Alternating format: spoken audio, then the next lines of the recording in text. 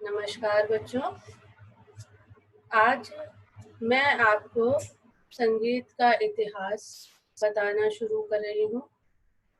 उससे पहले हमें ये समझना है कि संगीत की उत्पत्ति कैसे हुई। संगीत की उत्पत्ति के संबंध में विद्वानों की कई राय हैं, कई मत हैं, जिनमें कुछ लोग धार्मिक दृष्टि से, कुछ लोग मनोवैज्ञानिक दृष्टि से और कुछ लोग प्रकृति को आधार लेके संगीत की उत्पत्ति के विषय में बताते हैं। कुछ विद्वानों के अनुसार संगीत की उत्पत्ति वेदों के सृष्टा यानी निर्माता ब्रह्मा के द्वारा हुई। संगीत कला के आदिदेव सृष्टि के रचयिता ब्रह्मा हैं और डमरूधारी भगवान शंकर माने जाते हैं। ब्रह्मा ने यह कला शिव को दी, शिव ने पार्वती को और शिव ने सरस्वती को दी। सरस्वती से यह कला का ज्ञान नारद को प्राप्त हुआ। नारद से गंधर्व, किन्नर और अप्सराओं को संगीत का ज्ञान प्राप्त हुआ। शिव को यह विद्या ब्रह्मा से प्राप्त हुई। संगीत के अंतर्गत शिव जी ने गायन, वादन और नृत्य तीनों का संगीत में समावेश किया। इन्हीं के द्वारा यह कला अन्य देवी देवताओं और ऋषियों को प्राप्त हुई। तांडव नृत्य का आविष्कारक शिव को माना जाता है। नारद ने अनेक वर्षों की तपस्या के फलस्वरूप शंकर ने उन्हें संगीत प्रदान किया। शंकर ने ही रुद्रवीणा नामक वाद्य की रचना की। इसी के साथ साथ यह भी माना जाता है कि ब्रह्मांड में सृष्टि के समय से ही ओम शब्द व्याप्त है। ओम शब्द में सृष्टि का निर्माण, पालन और विलय यानी नष्ट होना तीनों ही समाहित है। शब्द और स्वर दोनों की उत्पत्ति ओम से हुई। पहले स्वर उत्पन्न हुआ और बाद में शब्द प्रकट हुआ। इसमें स्वर, लय, ताल तीनों ही चीजें समाहित हैं, यानी ओम शब्द में ये तीनों ही चीजें स्वर, लय और ताल मिली हुई हैं। यही शब्द संगीत के जन्म का कारण माना जाता है। इस संबंध में अब मैं आपको एक छोटी सी वीडियो दिखाऊंगी।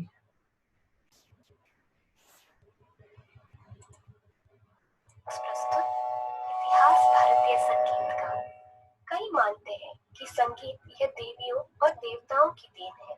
भारतीय संगीत पर हिंदू पौराणिक कथाओं का ज्यादा प्रभाव है, जिनके अनुसार ब्रह्मदेव ने 4 वेदों का निर्माण किया: ऋग्वेद, यजुर्वेद, सामवेद और अथर्ववेद। इनमें से सामवेद यह संगीत का वेद है।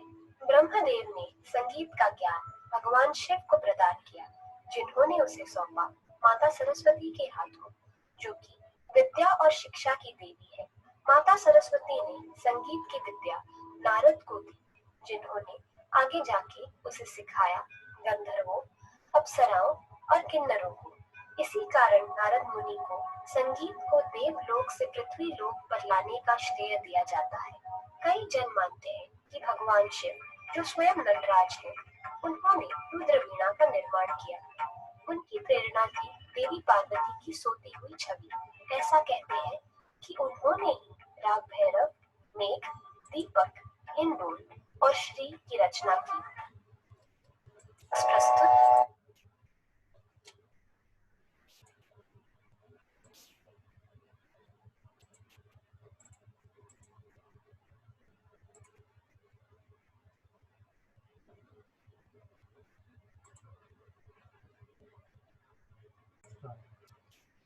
मनोवैज्ञानिक आधार पर अगर हम देखते हैं तो मानव का क्रमिक विकास हुआ। उसी तरह विभिन्न कलाएं भी विकसित होती गईं।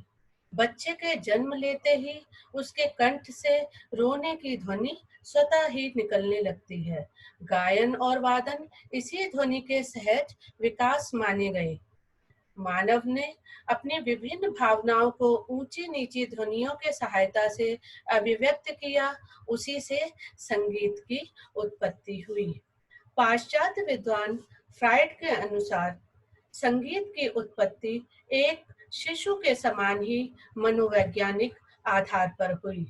जिस प्रकार एक शिशु रोना, गाना, चिल्लाना, हंसना आदि क्रियाएं आवश्यकता के अनुसार स्वयं ही सीख जाता है, उसी प्रकार मनुष्य के अंदर भी संगीत का प्रादुर्भाव मनोवैज्ञानिक आधार पर स्वयं हुआ, ऐसा सभी मानते हैं।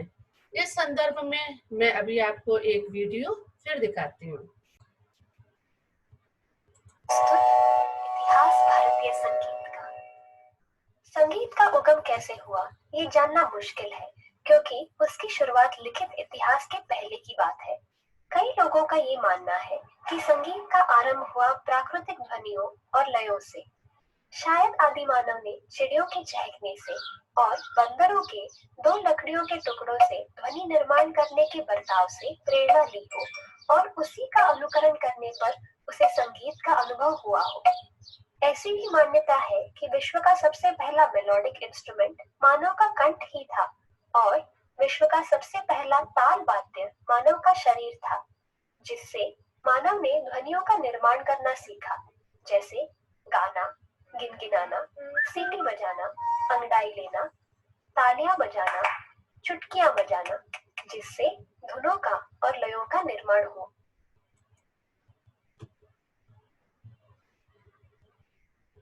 यदि प्राकृतिक आधार पर देखा जाए, जो लोग ये मानते हैं कि प्रकृति के साथ स्वतः ही मानव ने प्रकृति की चीजों से संगीत का निर्माण स्वतः ही होता चला गया, ऐसा माना, तो कुछ विद्वानों ने प्रकृति को संगीत की उत्पत्ति का आधार माना। संगीत की उत्पत्ति में पशु पक्षियों की विभिन्न ध्वनियों का योगदान है, जैसे मोर से सा स्वर, चातक से रे स्वर, बकरा से गा स्वर, कौवे से माँ, कोयल से पा, मेढक से धा और हाथी की आवाज से नी स्वर की उत्पत्ति हुई, ऐसा माना गया। इसके बाद एक विचार ये भी है कि फारसी के एक विद्वान के अनुसार हजरत मूसा जब पर्वतों पर विचरण कर वहां की छटा देख रहे थे, उस समय एक आकाशवाणी हुई कि या मूसा हकीकी, तू अपना असा, फकीरों के पास रहने वाली एक प्रकार की छड़ी होती है, उसे असा बोलते हैं।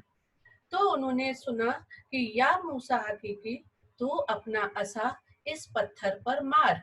यह सुनकर मूसा ने जब असा से पत्थर पर प्रहार किया तो उस पत्थर के 7 टुकड़े हो गए।